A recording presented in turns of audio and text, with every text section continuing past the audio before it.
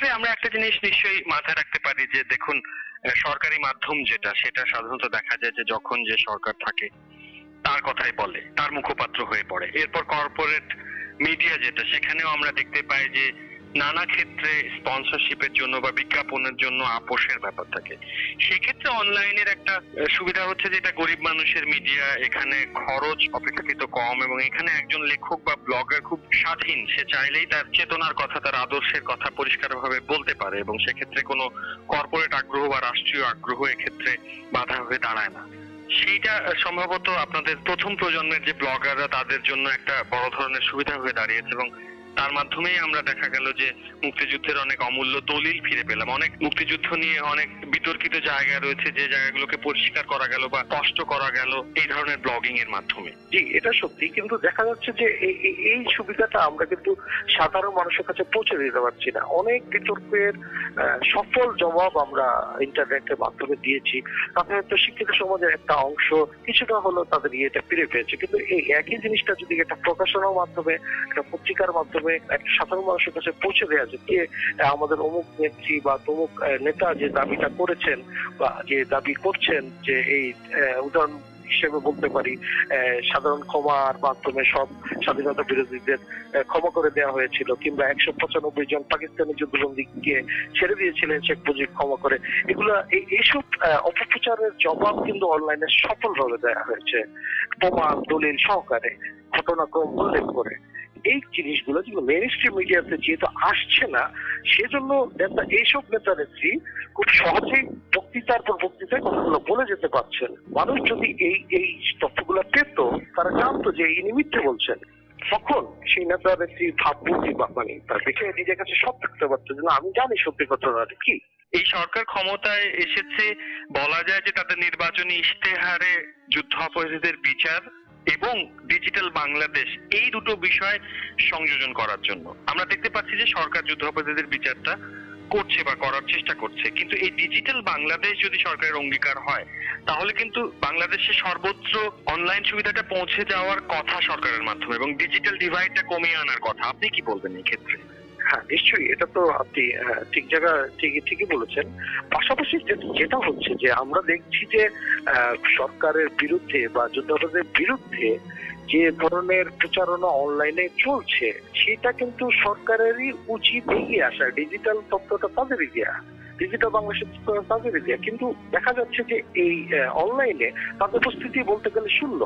তাদের মানে সরকারকে প্রতিনিধিত্ব করে এমন কোন বুদ্ধিজীবী বা সরকারি কোনো মনিটরিং নেই, কোনো প্রতিনিধি এসে বলছে না যে এই অপপ্রচার গুলো মিথ্যে, আমাদের দলিল আছে, বা যুদ্ধকারের বিচারটা মোটেও রাজনৈতিক কোনো ব্যাপার না, এটা জনগণের দাবি।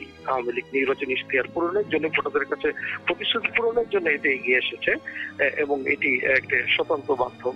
নানা ধরনের বিতর্ক তারা এই জবাবগুলো তারা দিচ্ছে, কিন্তু তারা এখান থেকে অনুপস্থিত। এই একটা জায়গায় আমরা অল্প কয়েকজন যারা মোটামুটি এই যে ফাইট দিয়ে যাচ্ছি বছরের পর বছর, 4 বছর ধরে দিচ্ছি বা এখনো দিচ্ছি, আগামীতে হয়তো দিব, আমরা কিন্তু জাস্ট নিজের খেয়ে বনের মোষ তাড়াচ্ছি। এমন না যে এটা আমাদের সরকার কোনো সহায়তা করছে বা এটা আমাদের দায়িত্ব। এটা আমাদের দায়িত্ব মনে করি যার একজন স্বাধীন মুক্তিযুদ্ধের চেতনাধারীদের একজন। কিন্তু পিয়াল ভাই, আমার কাছে মনে হয়েছে যে পৃথিবীতে যত মহৎ কাজ বা দেশপ্রেম সংজাত কাজ বা বড় কাজ হয়েছে, সেগুলো আসলে এই ধরনের ব্যক্তিগত লড়াইয়ের মধ্যে দিয়েই হয়েছে। আর সরকারের ক্ষেত্রে এটি একটি নতুন মাধ্যম এবং সরকার যারা রয়েছে তাদের অনলাইনের সঙ্গে সম্পর্ক কতটা, সেটা নিশ্চয়ই আমরা অনুধাবন করতে পারি, কারণ অনলাইন সংস্কৃতি বাংলাদেশের ক্ষেত্রে নতুন। কিন্তু এই ক্ষেত্রে আমার আর একটা প্রশ্ন আপনার কাছে আছে যে আপনার কি পর্যবেক্ষণ যে এই যে যুদ্ধ অপরাধীদের বিচারের প্রক্রিয়াটা শুরু হয়েছে, এইখানে একটি তালিকা রয়েছে এবং এই যুদ্ধ অপরাধকে আদালতে আমাদেরকে প্রমাণ করতে হবে বা আদালতে সরকারকে এটাকে প্রমাণ করতে হবে, সরকার পক্ষকে, সেটার জন্য কতটা প্রস্তুত সরকার তথ্য উপাত্ত নিয়ে? আপনার কাছে কি মনে হয় ব্যাপারটাতে? সরকারের তথ্য উপাত্ত এখন যেটা দেখা যাচ্ছে, সরকারি দল তদন্তে নেমেছেন, তার আগেই তারা জামাতে যুদ্ধাপরাধী বললে চিহ্নিত কিছু নেতাকে গ্রেপ্তার করেছেন। বড় বড় অনেকে এখনো ছাড়া আছেন, বাইরে চলাফেরা করছেন, যে কারণে এটাকে রাজনৈতিক দমন নীতি হিসাবে বলার সাহস পাচ্ছে এই জামাতে ইসলামী বা বিএনপির মতো দলগুলো। এক্ষেত্রে আমি মনে করি যে প্রস্তুতির ব্যাপারে ঘাটতি আগে ছিলই, না হলে এখন তদন্তে নামছে, তারপর মানে দেখা যাচ্ছে ব্রাহ্মণবাড়িয়া যাচ্ছে বা ওনারা চুপবাড়ির গণহত্যা ওই জায়গাটা তদন্ত করে এসেছেন। হ্যাঁ, এরকম বিভিন্ন জায়গায় তারা যাচ্ছেন। শেরপুর গেলেন কামরুজ্জামানের বিরুদ্ধে তথ্য করতে। তো এই ব্যাপারগুলো অলরেডি আমরা অনলাইনে ভিডিও ফুটেজ সহকারে পেশ করে রেখেছি এবং কোথায় কবে কোথায় যুদ্ধাপরাধ হয়েছে যে জিনিসগুলো বলা হচ্ছে যেগুলো পেপার কাটিং বা এই ব্যাপার এগুলো সাক্ষ্য প্রমাণ সবকিছু সরকার এগুলো অনলাইনে আছে অলরেডি, কিন্তু দেখা যায় তদন্তকারী দলকেই অনেক দেরিতে শুরু করতে হচ্ছে। তথ্য প্রমাণ কিন্তু আছে। ডক্টর হাসান তার ব্যক্তিগত এত দীর্ঘদিন ধরে কাজ করেছেন, ডক্টর এম এ হাসান উনি তার সংগঠিত তথ্য প্রমাণ দিয়েছেন। প্রবাসী অনেকে আছেন, আমি জামাই ভাই কথা জানি, তিনি তার তথ্য প্রমাণ দিয়েছেন। শাহরিয়ার কবির বা ঘাতকদালের নির্মূল কমিটির কাছে যেসব তথ্য প্রমাণ আছে তারাও সেগুলো দিয়েছে। তার মানে যে একদম তথ্য প্রমাণ নেই সেটা ঠিক না। এরপরও আমাদের প্রধানমন্ত্রী বিদেশে গিয়ে চেয়েছেন তথ্য প্রমাণ কারো কাছে থাকলে সেগুলো দিতে, আর আমরা চেষ্টা করেই যাচ্ছি। কিন্তু তারপরেও মানে যেটা দেখা যাচ্ছে যে একটা সমন্বয় প্রক্রিয়ার অভাব, প্লাস এই যে কোনো মনিটরিং নেই, যে মিডিয়াতে বা বিভিন্ন পত্রিকায় কিছু চিহ্নিত পত্রিকায় যুদ্ধপথের বিচারকে খাটো করার জন্য কিছু তথ্য তুলে ধরা হচ্ছে, বা অনেক সময় দেখা যাচ্ছে একটা তালিকা সেক্টর কমান্ডার ফোরামের 50 জনের তালিকার নামে তারা একটা ছেপে দিল যেগুলো কোনো তালিকা অস্তিত্ব আসলে নেই। তারা বলছে যে এই তালিকায় জামাতের 4 বছর মুক্তিযুদ্ধের সময় বয়স 4 ছিল এমন একজনের নাম আছে, বয়স 8 ছিল এমন একজনের নাম আছে। এগুলো সবই মানে আমাদের তদন্ত কমিটির দায়িত্ব করে এগুলো জবাব দেওয়া, যেখানে ছাপা হচ্ছে বা সরকারের তরফে উচিত যে এটা মিথ্যা কথা একটা রিজয়েন্ডার দেয়া, কিন্তু সেগুলো তারা করছে না।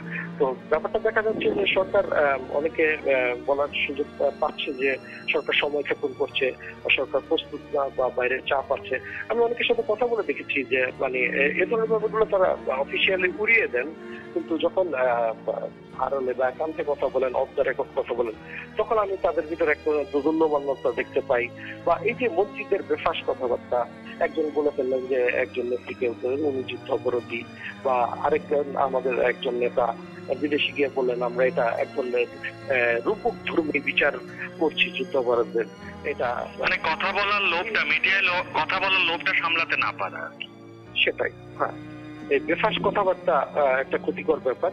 তাছাড়া আমি মনে করি যে যুদ্ধাপরাধের বিচার একবার শুরু হয়ে গেলে, যেটা শুরু হয়েছে সেটা হচ্ছে না, যখন তারা কাজ করে আসবেন সবাই গ্রেফতার হবেন, চিহ্নিত সবাই গোলাম আজম থেকে শুরু করে সবাই মানে মোটামুটি টপ নচ যদি আমরা 20 জনের মতো ধরে আমরা জাস্ট নির্দিষ্ট যুদ্ধাপরাধের অভিযোগে তাদের গ্রেফতার করা হয়, মানে ব্লাসফেমি না বা কর ফাঁকি দেওয়ার জন্য না, যুদ্ধাপরাধের দায়ে তাদের গ্রেফতার করা হয়, তখন আমরা বলবো যে হ্যাঁ তারা যুদ্ধাপরাধের দায়ে গ্রেফতার হয়েছে, এখন যুদ্ধাপরাধের বিচার শুরু হচ্ছে।